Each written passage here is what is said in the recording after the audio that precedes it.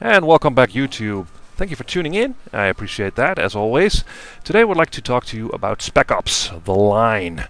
This game tells a story of 3 soldiers sent to Dubai on a rescue mission. But things escalate really fast. Now, the biggest attraction here is the city of Dubai that's completely in ruins, but still has these high buildings and everything is covered in sand.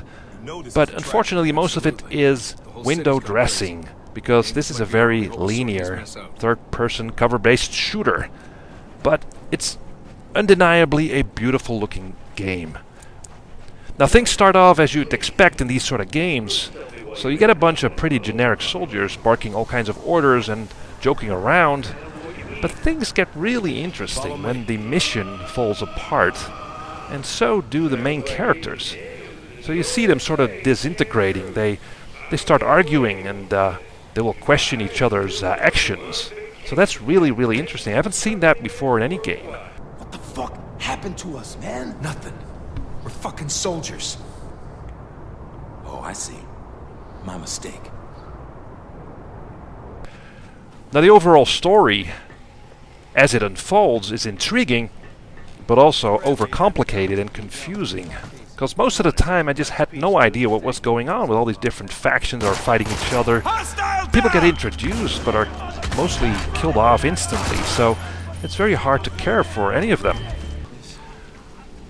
For a game that goes through great lengths to confront you with all kinds of atrocities of war, at the same time it also lets you gun down hundreds of enemy combatants. And the game keeps asking me if I feel like a hero yet, so this game is not very subtle. The big question here is whether a third-person cover-based shooter is actually the right means to tell this grim tale. If you strip away the narrative, you're left with a standard and very linear third-person cover-based shooter, as I said. I mean, the levels are quite unremarkable. There are not a lot of ways to flank your enemies. It's really straight on, and you have to just fight your way through all kinds of buildings most of the time. I did struggle with the controls a bit. I found them clunky at times, especially running in and out of cover. It was a chore. And also, you have to press A to drop down. I mean, that's just silly. What I did like, though, is that your AI companions are, well, they're pretty good. They will kill enemies, and you can designate certain targets for them to concentrate their fire on. Focus on my target! Got it! Engaging target! Take it down! Got him!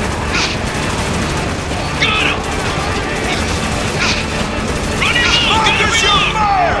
Watch and learn, baby! Help! And that works really well. There's not a lot of variety in enemies. They're mostly they're just soldiers. But they act sort of intelligently. They'll throw the occasional grenade, they'll hide behind obstacles and stuff.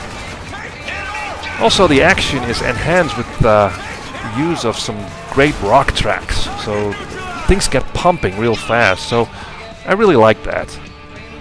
So, in conclusion, this is an interesting game in terms of character progression. If you want to play this game, you should really play it for that. Not really for the gameplay. And it shows us that there's no glory in war and violence. But it offers the same old running and gunning. We've seen that before in other games. So it's an okay game. And I can recommend it. You should really get it. It pops up in Steam sales, so yeah. Anyway, thanks for watching. And leave comments, let me know what you think.